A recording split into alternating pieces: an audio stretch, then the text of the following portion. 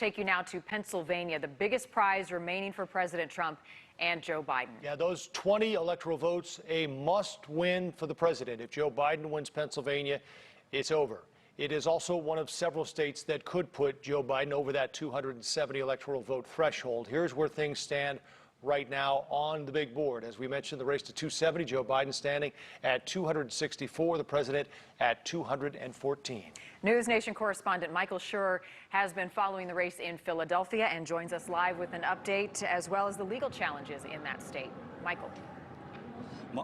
Marnie, Joe, good evening from Philadelphia. We're on the other side of the convention center, so over there is where that counting is taking place. But just behind me this way, you can see what is almost like a party-like atmosphere. Earlier today, this was where the protests were. So there were people for the Trump campaign on one side, people from the Biden campaign on the other side, talking about counting the votes, but talking about it on the Trump side as if it was being done illegally. Then Corey Lewandowski and Pam Bondi from the former Attorney General of Florida came out, talked about the case a little bit and what their problems were with it. But, you know, that has dissipated a little bit. There's not a Trump supporter here to be seen now. There are a lot of Biden supporters. You can see that there were many people here earlier today.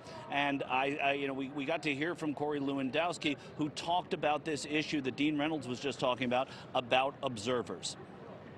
Listen, guys, democracy dies in darkness. This is the opportunity to shed light on what's going on inside this building. Our observers are going to be 6 feet behind every person who's counting these votes in accordance with the COVID protocols.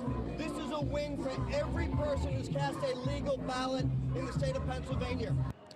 And they've been, you know, consumed on both sides with the legality of the votes. But as the votes have been coming in, it's been the Republicans who have been targeting some of the illegality of that. And we spoke with former Congressman Bob Brady of Philadelphia. And you have to, when you're in Philadelphia, throw in a good Philadelphia accent. Spoke to Bob Brady, who thinks that what the Republicans are trying to do here in Philadelphia is unfounded. Here's the former congressman who's now the head of the Philadelphia Democratic Party.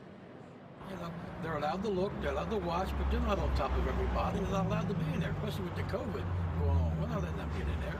And some judge in the Commonwealth ruled that they can get in, and then we went to Supreme Court and ruled that they can't get in. You know, so, you know, they can get in 10 feet. That's good enough. Nobody's stealing any votes. We don't have to.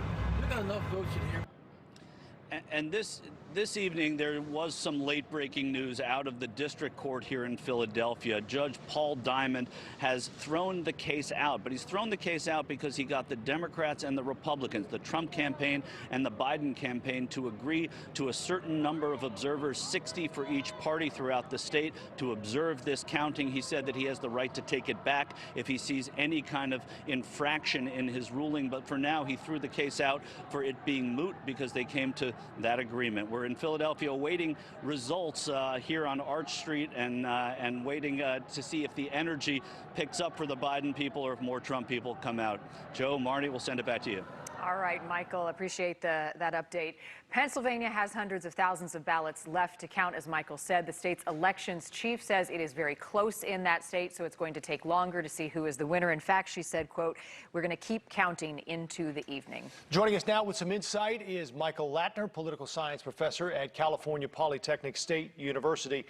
Michael, let's start with these outstanding ballots and the shrinking lead for the president in Pennsylvania. How many ballots are out there, and how do they need to break for Biden to catch up? Well, it looks like there are about 250,000 ballots that remain to be counted. And when we look at the counties where these are disproportionately located, they are in big Democratic counties, as we knew that they would be.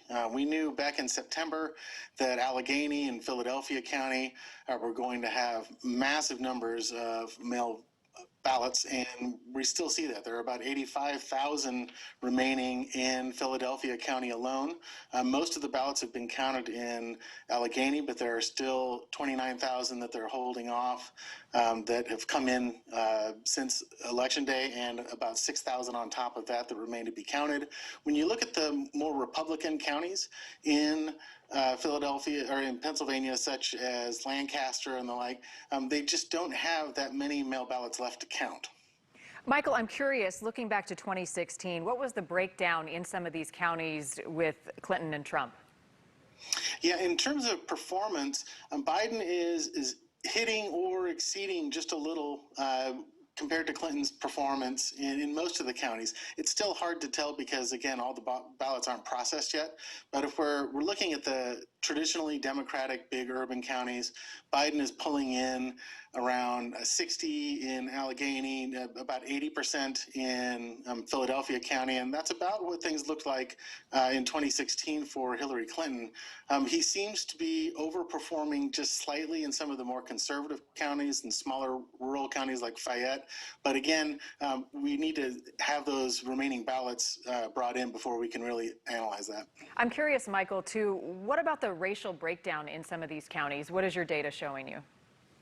Well, so, one of the interesting features that we look at when we're looking at turnout and performance in presidential elections is that urban counties and in counties with a higher proportion of voters of color traditionally have lower turnout. And in part, that's because these are more economically depressed areas, but also the election infrastructure is not there to the degree that it should be. And so we typically see lower turnout.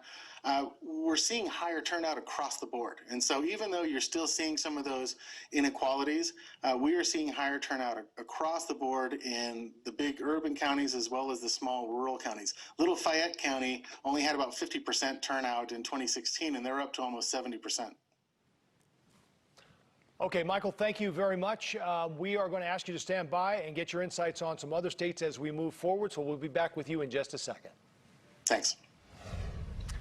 Let's bring in John Yoo now, a legal scholar and professor at Cal Berkeley. John, thanks for joining us. Let's start in Pennsylvania because this is probably the most important of all of these pending cases.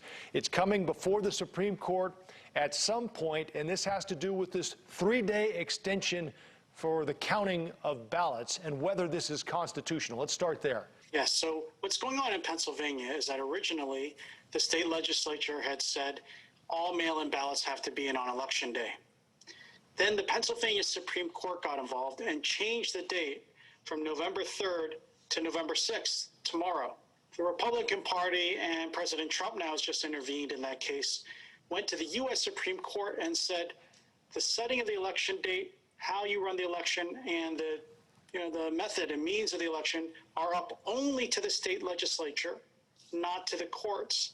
And that is set out in the U.S. Constitution. Now, 4 justices wanted to hear the case about a week and a half before the election, and Justice Samuel Alito actually wrote an extensive complaint saying, let's hurry up and decide this because Justice Alito said, I think that Pennsylvania here, the Pennsylvania Supreme Court has violated the Constitution. Now, the Pennsylvania Supreme Court, on the other hand, says, look, we have an interest in making sure there's a fair and free election, and that the Postal Service might be unreliable, and there might be people who've sent in their ballots and it just took several days to get there. This would probably be the case of all the ones that would have the greatest impact on the election. Right, because you're talking about potentially voiding any ballots that came in after Election Day, even if they were postmarked on or before, correct? Right. Well, it depends. Well, according to the state Supreme Court, it doesn't matter if there were any postmarks, doesn't matter how they got there, just as long as they came in 3 days. So if the Pennsylvania law, as it was before, requires that they be there by the end of the day on Election Day. So anything that came in after that, if the Republicans and Donald Trump won, would be voided. Do you have any idea how that case might go? Well, I don't know if the Supreme Court would take the case unless the Pennsylvania election really did dictate the outcome. If Joe Biden, for example, is going to win and he doesn't need Pennsylvania's 20 electoral votes, I don't think the Supreme Court gets involved because it doesn't really make a difference. But if those 20 electoral votes are the deciding vote between Biden or Trump becoming president, well, I think they would take the case. You already had 4 justices on the court say they wanted to take the case. They just need one more justice. And this was before Amy Coney Barrett was confirmed. So I think this actually could be up to just the new Justice Barrett. And I would guess, if I had to, that she would vote along with the other Trump justices and the other Bush justices and vote to hear it. John, thank you very much. We're going to ask you to come back and provide your insight on some of the other cases that are pending. We'll talk with you again in just a minute.